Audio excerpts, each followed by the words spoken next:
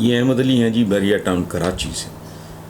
آپ اکثر اپنی ویڈیوز میں کہتے ہیں کہ کسی کو ہمارے خلاف سازش کرنے کی کیا ضرورت ہے، ہم کس کھیت کی مولی ہیں، اس تناظر میں کیا ہم کہہ سکتے ہیں کہ عمران خان کو اقتدار سے نکالا جانا ہماری اندرونی سیاسی لڑائی ہے، یا واقعی امریکہ نے عمران کو خطرہ سمجھ کے اس کی حکومت گرانے کے لیے پی ڈی ایم کا ساتھ دیا؟ دیکھیں احمد علی صاحب، جو میرا تھیسس ہے میں اس پہ بات کروں گا۔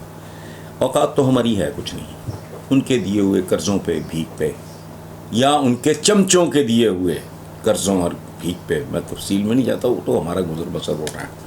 ٹھیک ہے، اسلحہ ہم نے کوئی جدید خریدنا ہے، ہمیں ان سے خریدنا ہے، ظاہر ہے۔ باقی تو بیچارے ہمارے جو برادر اسلامی ہیں وہ تو خود ان کے خریدار ہیں ان کی چیزوں کے۔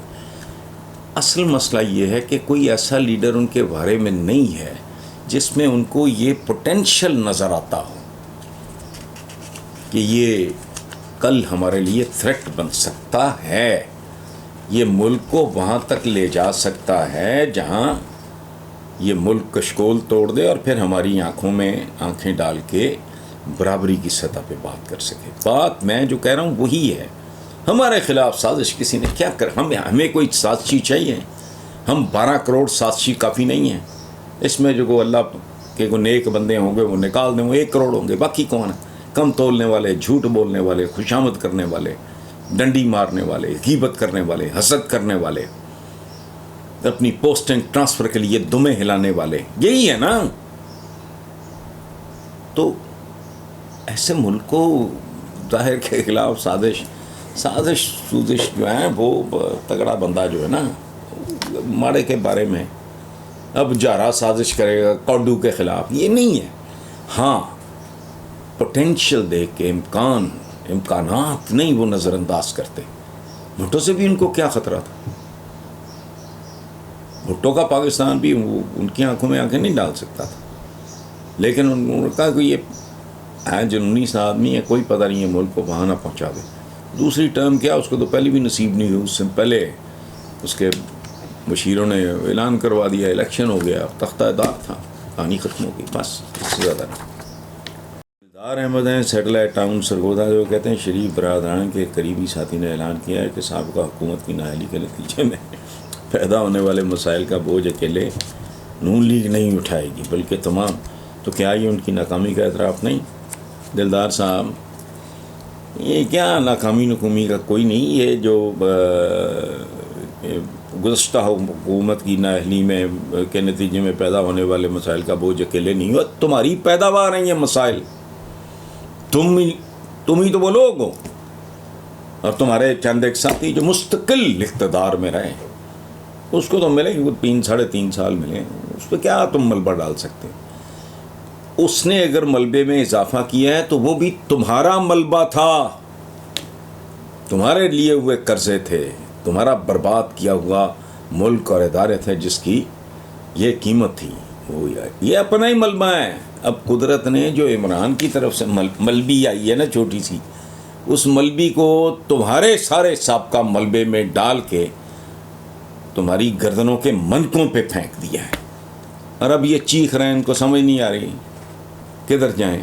اور مجھے تو ہنسی آتی ہے، ایک بندہ جس کا کوئی تعلق نہیں پالیٹکس سے، اس کے خاندان میں کوئی وزیر اعظم کو فلانا ٹمکانا کچھ بھی نہیں، بنیادی طور پہ کھلاڑیوں کا خاندان ہے وہ سارا، برکیز وغیرہ یا ماجد خانی اس طرح خاندان ہے۔ اس نے ان کو تگنی کا ناچ نچا دیا، پھدکتے پھر رہے ہیں سارے،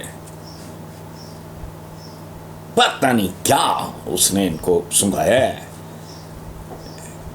عمران خان نے ان کو کیا دکھایا ہے۔ یہ سارے کے سارے ڈھیٹوں کی طرح پھدکتے پھر رہے ہیں، سوائے عمران خان کے نام کا ورد کر رہے ہیں اور اس کو گالی دیں، ان کو کام ہی کوئی نہیں ہے۔ اوئے ہوش کرو، قدرت تمہارے خلاف۔ مجھے شک ہے، میں پہلے بھی کہہ چکا ہوں، میں نے اپنے پروگرام جو سما پہ ہوتا ہے وہ بلیک اینڈ وائٹ، اس میں بھی میں نے کہا ہے، مریم ہے ہماری ہوسٹ، تو میں نے کہا بیٹا میرا یہ نا سنبھال کے رکھنا فوٹیج، میرا خیال ہے قدرت ان سب کو سزا دینے پہ تلی ہوئی ہے۔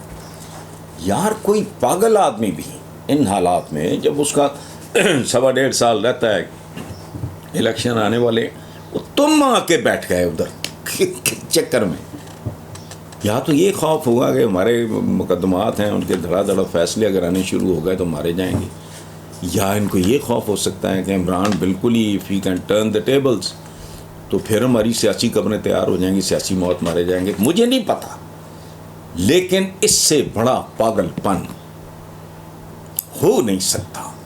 یہ سارے وہ کہتے ہیں نا سیانہ کبا کہاں گرتا ہے آپ کو پتا ہے. اچھا یہ سارے سیانے کبے گرے کیوں گرے؟ میری سمجھ سے باہر. کوئی نیم پاگل آدمی، اس کو ان حالات میں کہا جاتا نا تو آ جا.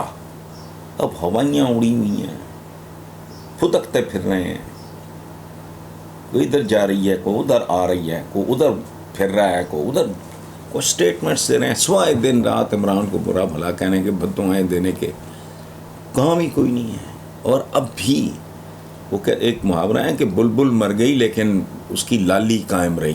ٹھیک ہے، تو ان کی لالیاں بھی چل رہی ہیں، پتہ نہیں کب انہوں نے گلابی ہو جانا ہے اور کب انہوں نے فیڈ آؤٹ ہو جانا ہے. مجھے تو خوف آ رہا ہے، مجھے یہ عجیب و غریب قسم کے ٹریجک اینڈ کی طرف جاتے نظر آ رہے ہیں.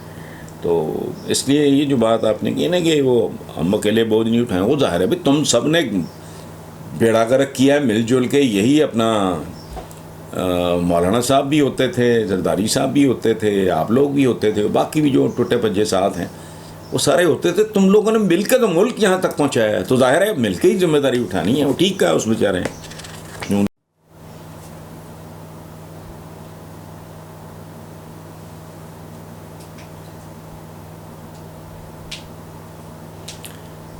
یہ عابد علی عابد صاحب ہیں جی کوئٹہ سے. یہاں مجھے ایک دوست یاد آیا ہے کوئٹہ اور عابد صاحب کے نام سے، جو ہمارے ٹی وی کے اداکار تھے، دوست تھے میرے عابد علی. اوریجنلی وہ بھی کوئٹہ سے آئے تھے، اللہ مغفرت کرے عابد کی. بہرحال عابد علی عابد صاحب کوئٹہ سے کہتے ہیں کہ جی غیر ملکی قرضے پاکستان کے لیے مصیبت بن گئے. ہر دور میں یہی رونا، آخر کوئی لیڈر اور پوری قوم ایک بار کسی بھی طرح اس مصیبت سے نجات حاصل کیوں نہیں کر لیتے. ملک کی سطح پہ کسی مقصد کے لیے فنڈ جمع کرنے کی کئی مثالیں ہمارے ملک میں موجود ہیں. عابد صاحب یہ آپ درست نہیں کہہ رہے. یہ شوکت خانم کے لیے یا عیدی کے لیے یہ اور بات ہے، یہ لبا کھاتا ہے بہت. اچھا اس لیول پہ ہم بحیثیت قوم ہے نہیں کہ پاکستان کی خواتین اپنے دبائے ہوئے زیورات نکال کے باہر پھینک دیں، وہ لیول ہے نہیں. باقی کوئی یہ جو اپنا شوکت خانم ہو گیا، اس طرح کے دوسرے ادارے، سندس فاؤنڈیشن چل رہا ہے، اور اس طرح جو دیگر ادارے ہیں ان کا، وہ جو سنگر تھا ہمارا بلو والا ابرار، اس کا وہ ہاسپٹل لوگوں نے بنایا. یہ اور بات ہے، یہ تو بالکل چھوٹے چھوٹے پروجیکٹس ہیں. یہ شوکت خانم اس حساب سے تو کچھ بھی نہیں، یہ تو خربوں کا کھیل ہو گیا بھائی. تو پھر قوم میں وہ اسپرٹ مجھے کبھی بھی دکھائی نہیں دی. سچی بات ہے، مجھے غلط ثابت کرتے ہیں میں معافی مانگ لوں. یہ سنو آ کے. اور دوسری بات یہ ہے، یہ سنو بالنگ ہوگی مجھے نہیں رکتا دکھائی دیتا جب تک ملک کو یہاں تک پہنچانے والوں کو آپ فائرنگ سکواڈ کے آگے کھڑے نہیں کرتے، ان کے جرائم کی بھیانک سزائیں نہیں ملتی. یہ کلچر اس ملک سے جا ہی نہیں سکتا. مت تمہاری ہے کسی کی اربوں خربوں ڈالر چھوڑ کے. اور بھائی جب یہ رائس ایکسپورٹ کرتے ہیں فلانا، وہ نیٹ پہ قیمتیں اویلیبل ہوتی ہیں، یہ کچھ اور دکھا رہے ہوتے ہیں اپنے وزیروں کو، اور وہ اتنے احمق ہیں کہ ان کو سمجھ نہیں آتی کہ انٹرنیشنل مارکیٹ میں فلاں رائس کی قیمت کتنی ہے. وہ چھوڑیں، یہ بہت لمبا اور بھیانک کھیل ہے، بہت پیچیدہ ہے. یہاں جب تک پھانسی گھاٹ نہیں 3 شفٹوں میں کام کریں گے، آگے چلنے والا معاملہ بھول جائیں.